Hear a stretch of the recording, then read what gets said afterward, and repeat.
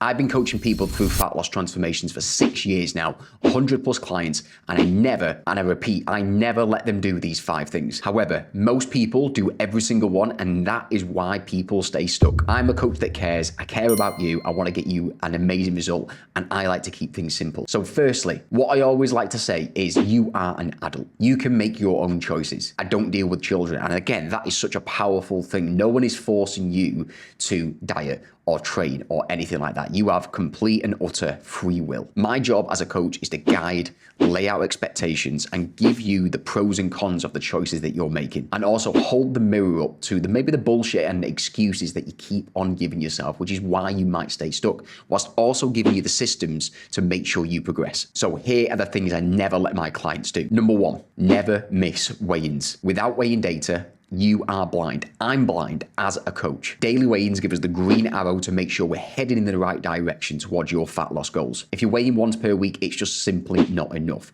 For example, you might weigh in on a Saturday. For whatever reason, Saturdays might be a weigh-in day that is just an outlier. It might be higher than usual on Saturdays for whatever reason. So then if you keep on doing a once per week weigh-in, you've got no other weigh-ins to take the average from. At least 2 times a week is minimum, but daily weigh-ins is key. You can see the fluctuations and also get used to them so that when you do weigh in, you don't get annoyed at when it goes too high and you don't celebrate too much when you get a new low. And even in the data, people who weigh in daily, even after a diet, seem to be able to hold that weight off for long term as well. Number 2, never follow a strict meal plan. Now, I'm not a bodybuilding coach. I'm not one of those who will make you eat chicken and broccoli all the time. You can if you want, fill your bloody boots.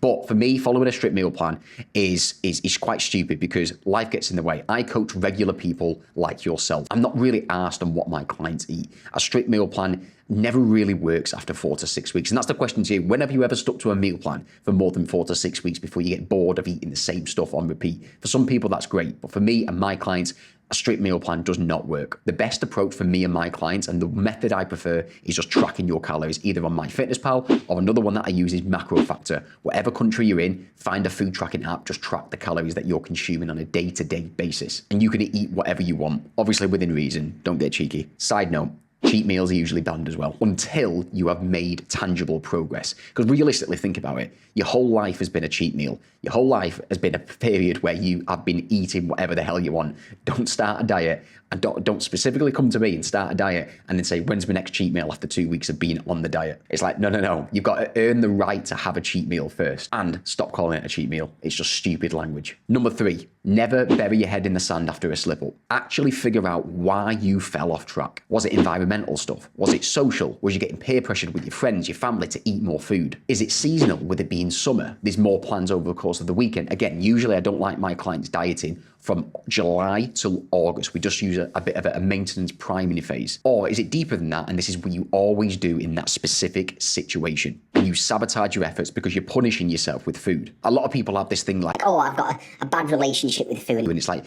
can you really have a relationship with a bag of rice or a few potatoes? No, it's the relationship with yourself. You maybe don't like yourself. You maybe speak negatively to yourself in those darker moments. And because you don't like that, you punish yourself with food by shoving your face with food, gaining weight, and that's your way of punishment. Or are you betraying your future self and your future goals in the moment? You consciously know that the choice you're making is not conducive to your goals. You make that choice. You know you've got to take option A, which is stay on track, or option B, you go off track. You choose option B and then make up a story within your own mind as to why taking that option, which is not conducive to your goals, is okay. It's a story you tell yourself. It's an excuse. And again, most people do it because there's no negative consequence in the short term. But that's what you got to realize, that maybe not in the short term, it's okay in the moment, but in the medium and long term, there has got to be consequences, because over time, if you keep on making that bad choice in the moment, that's going to lead to you failing your goals. I.e., you might make a goal of not snacking. You know not to snack. You do it anyway. Over time, that does add up, and kilos and kilos of body fat are going to be left on the table, not lost. This is where your standards needs to be raised. And just think about, in the moment, does that bad choice lead to a positive outcome in the future? Probably not. Number 4, never let one bad day ruin the week. One bad day can never hurt your progress. I'll say it again. It cannot hurt your progress unless you're having like maybe 15,000 calories in one sitting, which again, I've done that before. Slipping up and then leaving it a week till you get back on track is just complete and utter nonsense. The sooner you can do what you were doing before the slip up, the better. Number 5, never try to be perfect. It's very cliche, but the clients, in my experience, that are 80 to 90% on track for most of the year beat and outwork the people who are trying to be 100% for around 2 to 4 weeks, then absolutely shit the bed. Clients who go all in have a great ceiling, but when it comes to it and they fall off track, the flooring has a basement. The ceiling's great, but the flooring just needs to be worked upon. Going all guns blazing is great until that ends and then you take 5 steps backwards. Where's the logic in that? There's none. Now here's a quick little bonus one. Never restrict food groups. There's something in the brain that switches once you know you have to restrict. Once you know you can't have something, you will want it more. It's the same with everything in life. You know you can't have it,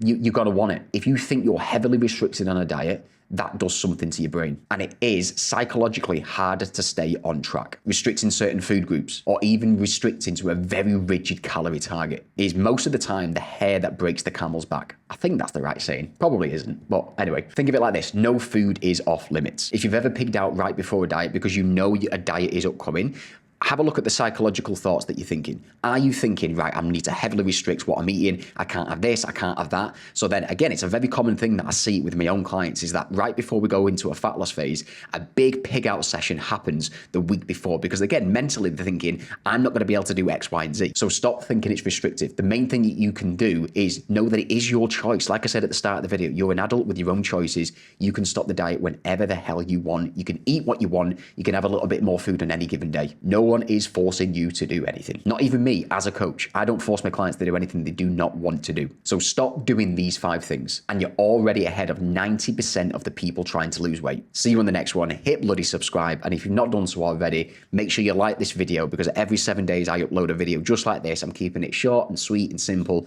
just like me, all to do with getting lean and improving how you operate on a day-to-day basis. We're going to improve your standards. And the first thing that I want you to do is hit the free coaching link in my bio. You're going to get tracking sheets, training plans, a few nutritional habit-based stuff, and you're going to get weekly pre-recorded check-in videos to see how I personally coach my clients. Get it done. See you in the next 7 days.